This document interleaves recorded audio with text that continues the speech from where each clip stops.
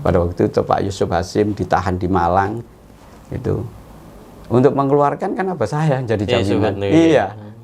Ya, karena afiliasi dengan Golkar juga. Ya, karena banyak relasi di situ. Itu dimanfaatkan banyak sekali di. Jadi abah saya bukan mencari apa, mencari keuntungan.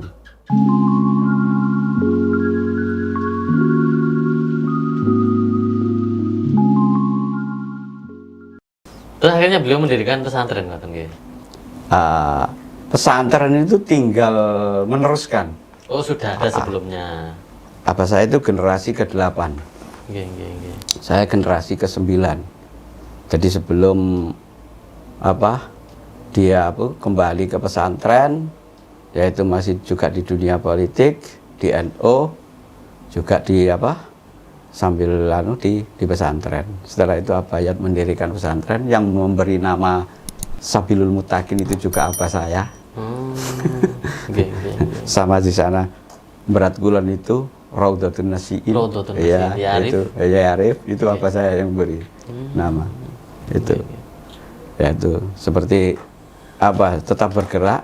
Kantor NU yang pertama itu orang bilang kantor NU itu yang dulu menempat sekarang jadi SMP Islam. Iya, yang dekat SMP. Dekat SMP yang di SMP Islam itu. Itu pada waktu saya masih di Dewan. Itu. Dan uangnya uang pinjam. Uang pinjam. Ya. Oh, sejarahnya ngoten nggih. Uangnya uang pinjam. Saya sama kajian itu pinjam sertifikat. Dia utangkan juga karena kurang, akhirnya jatahnya siapa untuk pada waktu itu Gus Wahib jadi Menteri Agama, dapat jatah kuntum haji untuk Gusrur, Masrur Gusrur, Habib Masrur, Pura Malang, itu dijual, kuntumnya dijual untuk ditambahkan itu, nanti saya ganti, kuntumnya akhirnya dibelikan kuntum untuk ganti Gusrur untuk haji. Itu sejarahnya. Jadi dibelikan itu. Makanya semua bahan-bahannya kan dari balas kayu, blapak, balas. Itu kan hasil dari apa saya pada waktu di Dewan. Juga menjadi Dewan Penasehat. Ini kalau dilihat ini jadi Dewan Penasehat pabrik. Jadi perusahaan pabrik seluruh Jawa Timur pada waktu itu. Karena jabatan niku nggih. Terus beliaunya juga niku nggih. Artinya tadi nggih dari Partai NU, kemudian juga mendirikan pesantren, meneruskan pesantren. Terus tahun 70 kan terjadi fusi nggih, tahun 71 atau 72 terjadi fusi. Partai NU tidak lagi menjadi partai tapi kemudian menjadi P3. Beliau menjadi P3 napa Golkar? Gini, itu ceritanya gini. Pada waktu itu saya itu di rumah. Jadi pada waktu itu Gus Wahib itu datang sama saya itu meskipun terpuruk, dalam posisi terpuruk itu tidak mau untuk meminta pada orang sambat, itu nggak ada. Itu loh. Padahal itu sehelai sarung masih dipakai. Abayat itu sampai menangis. Gitu. Datang itu sampai menangis. Gus Wahib itu sama Pak Wahid menangis. Itu. Saya itu? Enggak, saya nanti usaha sendiri. Saya nanti istikharah katanya itu. Itu. Akhirnya saya setelah semuanya itu boyong-boyong masuk ke Partai P3, saya masuk ke Golkar. Tapi dengan posisi itu pada waktu itu banyak sekali kalangan ulama itu dapat kecaman. Beliau dapat kecaman? Ya. Nah, saya masuk itu demi keselamatan. Jangan nanti ulama ini jadi korban. Makanya dia masuk. Karena dia berpedoman pemerintah itu punya senjata lengkap. Tidak mungkin melawan. Kalau kita lawan, nah lebih baik kita bahasanya wong Jawa ngintir daripada kintir, mati konyol gitu loh. Makanya dia ngintir asal kita bisa selamat. Itu. Jadi sehingga banyak sekali apa saya masuk, Abayat bilang, Kang, nek nyeluk abaku Kang. Kang. Kalau ngomongi basa Jawa. Gitu loh. Kang, sampean nanuan ya apa? Arek-arek iki kok ngene. Ya akhirnya Abayat dijelasno. Ngene lho. Ngene lho, Kang. Aku iki arep ngene iki wis sampean jarno, mosok karo kebiasa aku. Aku iki demi menyelamatkan. Duduk kanggo kepenting aku. Demi menyelamatkan NU. Bukan karena ulama itu banyak sekali yang berkecimpung di NU. Saya ini menyelamatkan NU-nya.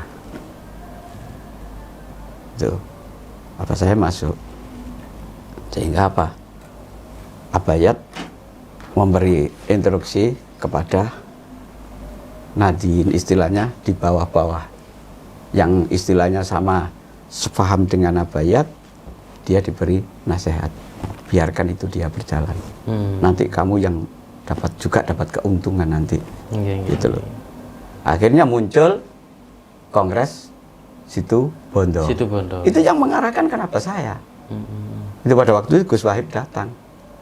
Apa saya ditatar ditambah beras. 3 hari 3 malam tidak keluar sama ulama se-Jawa.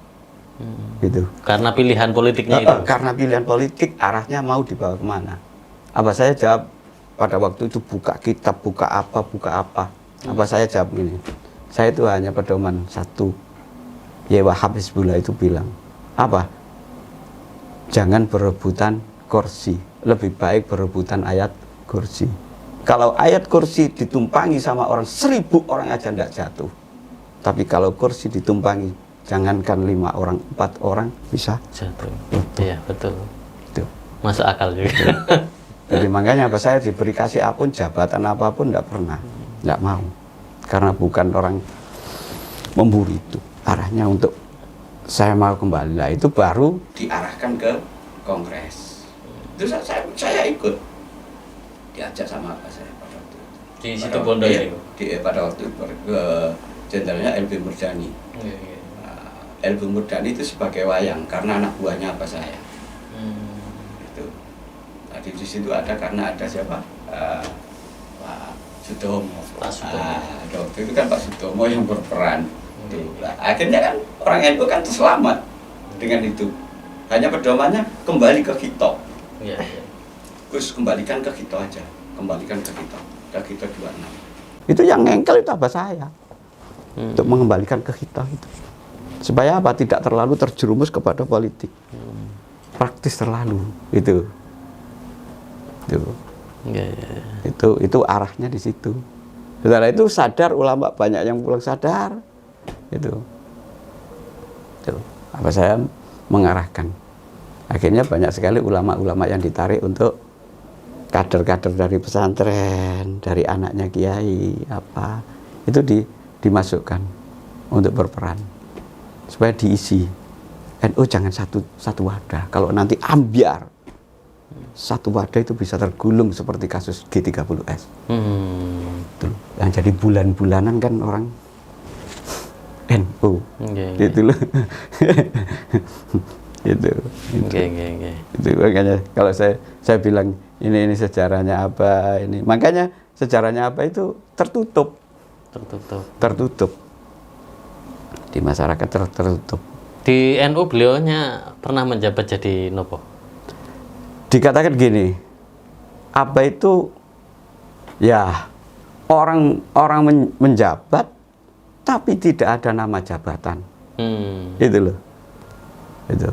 Makanya dengan Pak Wahid, Gus Wahib, Pak Wahib itu dikasih apapun, enggak mau. Tapi memiliki peran. Itu. Zaman sejarahnya NU apa saya itu memang istilahnya kalau sudah setelah 45, setelah perang, apa saya itu datang. NU mau kongres, tidak punya dana. Apa saya mencarikan dana? Mencarikan dana disetorkan ke Gus Wahid, Pak Wahid. Pada waktu itu di Jakarta, Gus Dur masih kecil. Tuh. Karena Pak Gus Dur, Pak Wahid kan seringnya pindah-pindah. Nah, itu pada waktu itu. Jadi di sana mengantarkan untuk uang kongres. Di sana dimarahi sama istrinya. Marah pada waktu itu belum masuk. Dianggap apa saya itu jadi jomblangnya mau Pak Wahid mau Wahyu gitu. Oh. Ini ceritanya. Mau Wahyu gitu. Setelah itu apa saya dikerayai sampean. Bilang cerita itu. Ibu saya juga cerita gitu. Berarti memiliki kedekatan gitu sama Yai Wahid Hasyim niku nggih. Iya, sampai mulai ditebu ireng. Mulai ditebu ireng memang. Sampai beliaunya di Jakarta itu nggih. Sampai di Jakarta. Makanya ditebu ireng itu orang Pak Wahid itu orang yang paling istilahnya apa ya? Orang yang paling berhati-hati. Kalau ada orang jalan, kalau merasa tua dia tidak mau mendalui. Makan apa minum, kalau ya Hasyim itu minum, dia tidak mau. Tidak mau dia minum. Sebelum ya Hasyim ini air sudah masuk dalam tenggorokan glek, itu baru dia mau. Tidak mau mendahului. Tidak mau mendahului. Habis itu makan dia cuci tangannya. Biasa. Nah kalau pulang itu sering pulang kan jam 2, jam setengah 3 itu pulang dengan abah saya habis dari luar untuk yaitu untuk pergerakan. Jadi masuk di rumah tidurnya itu di depannya pintu gelendang. Nanti ya Hasyim supaya apa, nanti kalau buka pintu dia tahu anaknya sudah ada. itu Pak Wahid. Itu pada waktu itu dengan abah saya pada waktu itu. Kalau di Golkar ya ini ku napa DPR juga nggih. DPR pada waktu itu DPR pusat, DPR daerah dia tapi tidak mau. Jawabannya saya mau kembali ke rakyat gitu. Gitu. Jadi dikasih dewan penasehat, juga jadi dewan di Golkar, jadi istilahnya dewan, jadi orang penasehat presiden. Tapi dia tidak mau. Tapi dia tidak mau kalau dia presiden butuh, ya datanglah ke saya. Makanya ada fotonya di sana itu bersama Pak Harto. Datang. Pernah datang ke Ngares ini? Jadi tidak mau. Tidak mau untuk karena Pak Harto itu dengan saya juga mulai dari pendidikan peta, dia jumpa. Setelah di luar dia tirakat di mana, di Bejijong itu juga sama. Artinya kalau kita lihat kemampuan Yesuhud dengan skala politik nasional itu, berarti banyak pejabat yang hadir ke sana bertamu ke beliaunya. Kalau pejabat-pejabat itu saya kira ya kalau dihitung ya banyak sekali. Rata-rata itu minta perlindungan. Jadi banyak sekali. Karena dulu masih pertumbuhan terhadap seperti kalau kita lihat, saya baca seperti kasusnya siapa